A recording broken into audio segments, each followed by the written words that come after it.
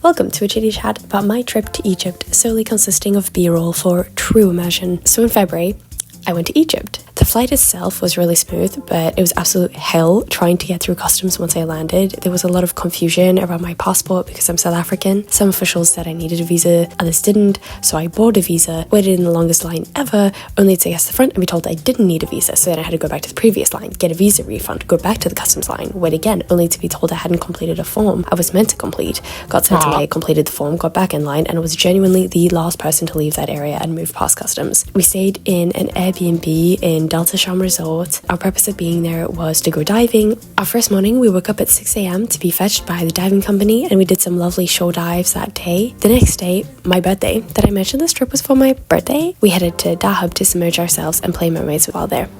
The dives were lovely and we saw some beautiful sights, including a massive turtle who obviously wanted to pay his respects on my birthday.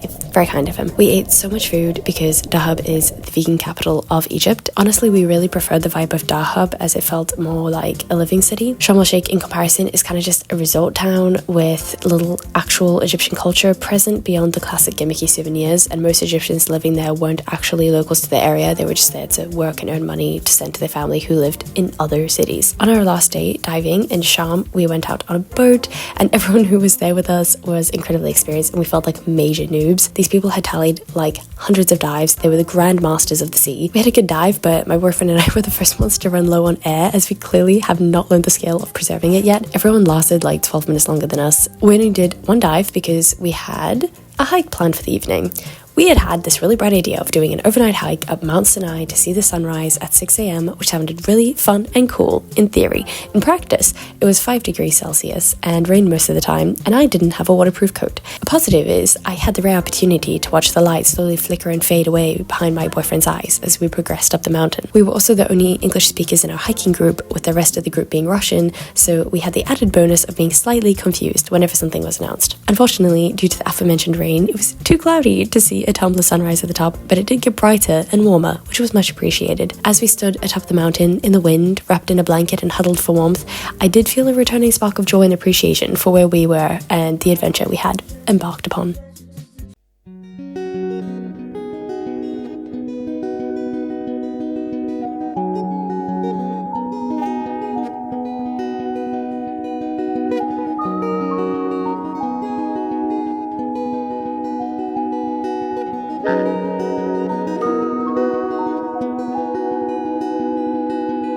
The walk down was much more enjoyable because we were actually able to see and enjoy the scenery around us, and it literally took half the time. At the bottom, we had a tour of the monastery and saw the burning bush. Disappointingly, it was no longer on fire, and I felt a tad misled by the name.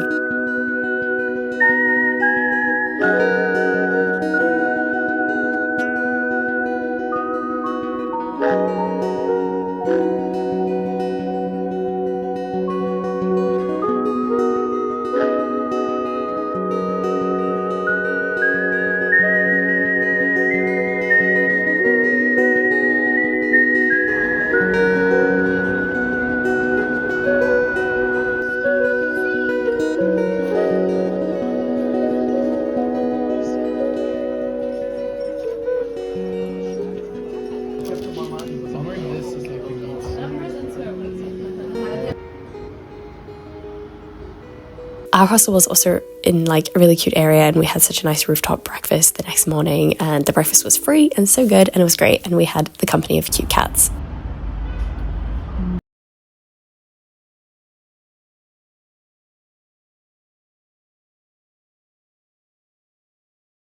It was my boyfriend's last day, so we decided to go to the pyramids in Giza to make the most of it. We went inside the Great Pyramid, which was incredibly humid and sweaty, not to mention claustrophobic, but when else would we get the chance to go inside a pyramid, you know? So despite my panic in the crawl spaces, it was a really cool experience. The site was super touristy in key areas, and there were a lot of like scammy tour guides trying to get you to do a tour of them. One even offered to let us go into the underground entrance to one of the pyramids if we paid him the right amount. But if you wandered around a bit to the smaller pyramids, it was so quiet, and it was such a nice reprieve from the overwhelming nature of Cairo.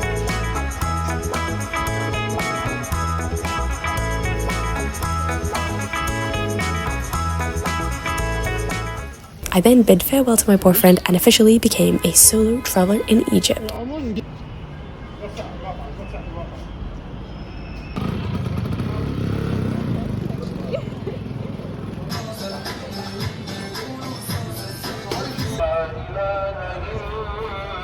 That evening, I caught an overnight bus to Luxor. Honestly, it was a very cheap but rough time.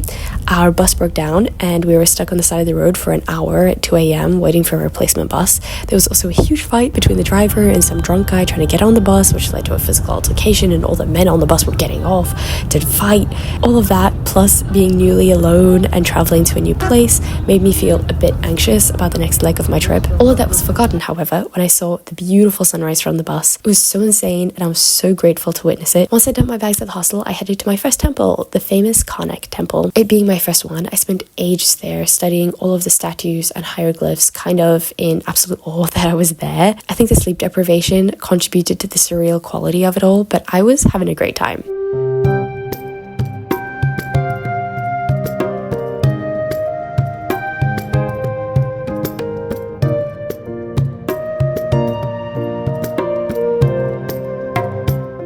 There were people touching up certain areas of the temple, and it was quite mesmerizing to watch them and how they did it. Although most of the paint had faded, you could still see some blues and reds on the columns further into the temple, and you can just imagine like how colorful and beautiful it must have once been.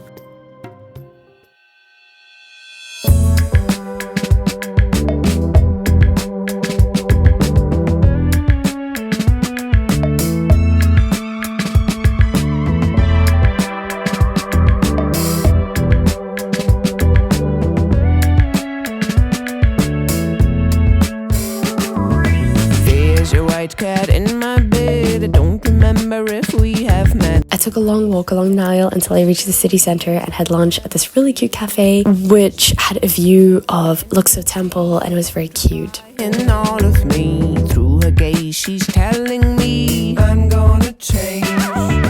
Oh dear, what to say? Maybe it is just a dream, but to feel so real. It was very calming after being a bit overstimulated by the outside world, and I really enjoyed the experience. It also set me up for my trip the next day across the river to the tombs because I learned so much. Then I see white fire, burning down my desire, not let go, making way for true, so I can vibe higher.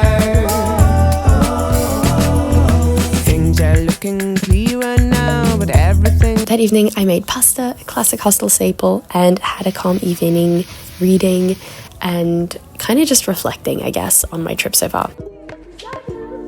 The next morning, I was picked up bright and early for a tour to the tombs. It was meant to be a group tour, but as I was the only one to have booked the tour on that day, I basically had a driver and a tour guide all to myself. It was literally the most bougie time of my life. Honestly, it was so nice to just turn my brain off for that day and be taken around, as I had kind of been overtly alert the last few days. The guide had pre-booked all of my tickets, so I got to swan past these really long queues of tourists, and I genuinely felt like a VIP. We hit the Valley of the Kings first, and I saw the tombs of Merenptah, Ramses IX, and Ramses IV. The King's tombs are known to be the most extravagant, and they definitely didn't disappoint. I think Ramses IV was the most well preserved, and I spent ages studying the hieroglyphs up close. I really wish I knew what a lot of it meant. I really do. My tour guide taught me what like some of the symbols meant, but a lot of it I was just like, it's a mystery, you know? But there were so many stories there, so much attention to detail, and like not a single inch of service went unmarked or unconsidered. It was just so impressive.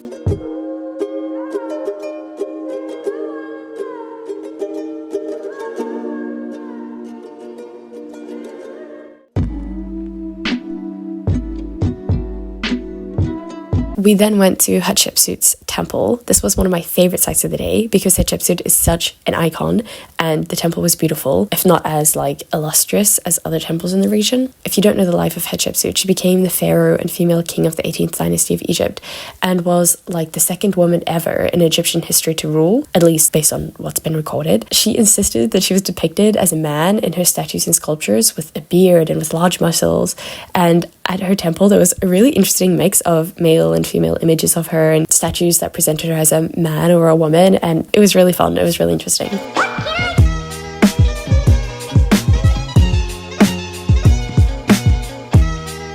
Next up was Valley of the Queens. This site was way less touristy, and I think it has the reputation of being less interesting. The tombs were definitely smaller, but the tomb of Queen Nefertiti is the most well-preserved tomb, and seriously a must-see. It's so beautiful. You could only go down into the tomb for 10 minutes because the humidity from like our breath can damage the paint. So I was really rushing the first 5 minutes I was there to see it all, and people were like pushing each other to get around fast enough. It was like a very frantic vibe, but honestly 10 minutes is definitely enough time to see everything. Like there's no need to actually panic about it. I honestly have no words. It was so magnificent and insanely well kept. Yeah, once again, the level of detail was just crazy. It was so colorful and so vivid. I absolutely loved it.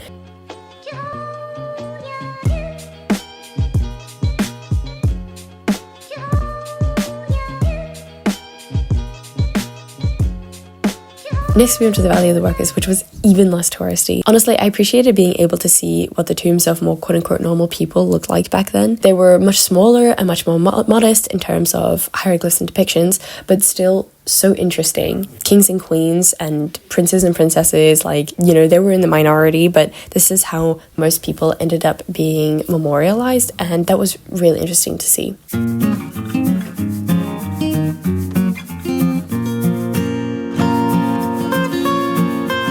Finally, we went to Midnet Habu Temple, which is predominantly dedicated to Ramses III. There was way more color preservation compared to Karnak Temple, which I really enjoyed. And I really appreciated the temple, but at this point it had been like 6 hours of touring and I was really tired and hungry and hot. So I think I struggled to focus fully at the time, but it was a really cool experience. There was a really funny moment where the guide was pointing out specific depictions on the walls, and he pointed to one saying, "They're cutting something off there. Do you know what they're cutting off?" And I was like, honestly, it looks like penises. Are they cutting off penises? And he was like, no, they're not cutting off penises. They're cutting off tongues, and that's a pile of tongues. And I was like, oh, that makes sense. And then we went to like another wall. He was like, there, can you tell what they're cutting off? And I was like, tongues? And he's like, no, they're cutting off penises there. Honestly, the tongues and penises look the exact same, in my professional opinion. The next day I took a train to Aswan, which had the peace and quiet I desperately sought for the past week. My hostel was on the Nile and it was so exquisite. I was able to relax for the first time since traveling alone. The dorms were light and airy and all I could hear was the chirping of birds.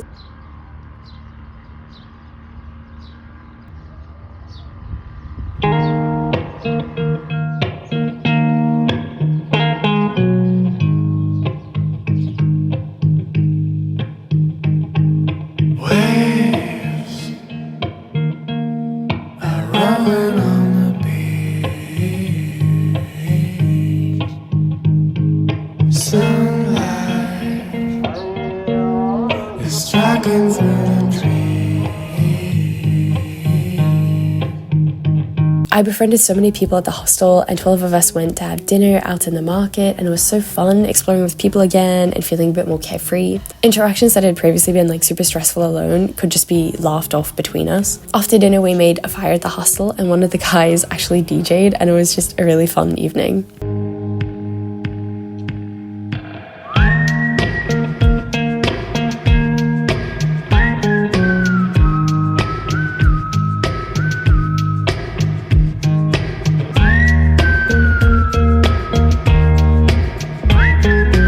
The next morning I went to Philae Temple, which required a taxi and then a ferry to the island that it's on. It was really cheap though, and I ended up having the boat all to myself. The person who took me over on the boat ended up waiting for me at the port on the island, which I found a bit stressful as I felt like I was on a timer and like he was waiting for me. So I think I felt a little bit more rushed, but it was a really beautiful temple complex with the largest temple being dedicated to Isis.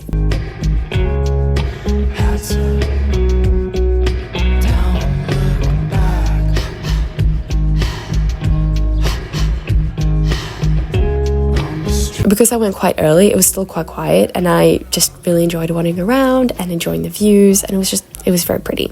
You call yourself a free spirit, a wild thing, and you're terrified somebody's gonna stick you in a cage.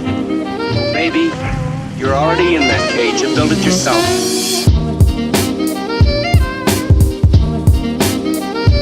It was really sad saying goodbye to everyone at the hostel as we'd all gotten on so well, and I really wished I had planned more time at Aswan. I think that's kind of the double-edged sword of traveling and meeting people, is that you fall into this cycle of meeting amazing people you really get on with and form all these little groups, and then you have to move on to the next place where you know no one and you start all over again. It's bittersweet because you get to meet so many cool people and you share these great experiences, and maybe you meet again in the future.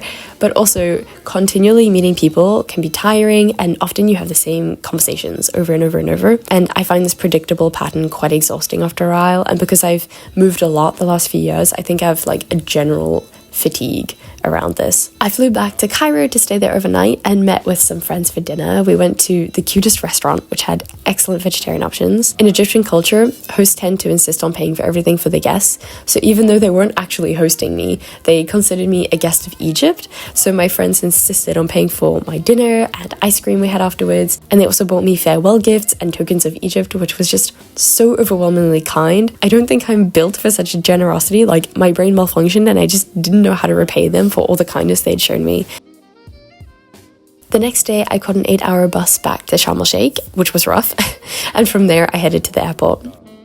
Honestly, I did struggle being a female traveler, and I had a few uncomfortable encounters and instances of being followed. One of the most notable being some man coming up to me on the street and telling me he recognized me and knew where I was staying, and then proceeded to correctly name the hostel I was staying in. And he was trying to use this info he had on me to make me talk to him out of fear, and he followed me for a few hundred meters, like trying to convince me to talk to him and being vaguely threatening. I think it's an unfortunate vicious cycle in Egyptian society where everyone kind of accepts that men are dangerous and cannot accept their urges and aren't capable of respecting women, as though that's like just in their nature. This completely absolves them of their behavior, and young boys grow up believing that this is okay. And men and women also play into this, I found. It's really normal to form really tight female bonds and eschew men, and a lot of women, I found, believed that all men naturally wanted to hurt them. And I understand this response, and I loved how beautiful and fiercely protective the female friendships were that I witnessed, but it still normalizes men's inappropriate behavior. By believing it's natural, no one is like trying to address the issue at all. Not to generalize, but most people are not holding the men accountable for their actions,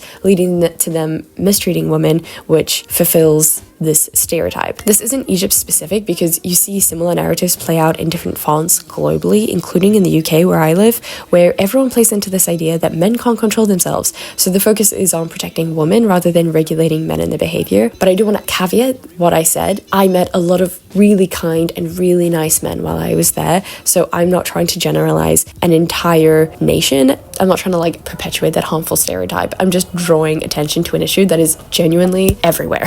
However, overall, I really enjoyed my trip, and I felt like I learned so much about the history, culture, and customs of Egypt in a way I wish I had had longer there to immerse myself more. Being there really reignited my desire to dedicate myself to learning Arabic at some point, and I met a lot of people along the way who were literally staying there for half a year doing just that. The food was also just fantastic, and I found so many good vegetarian options there. Anyway, that's my final rant. Thank you for watching my silly little video about Egypt. Honestly, it's a beautiful country, and I would highly recommend a visit.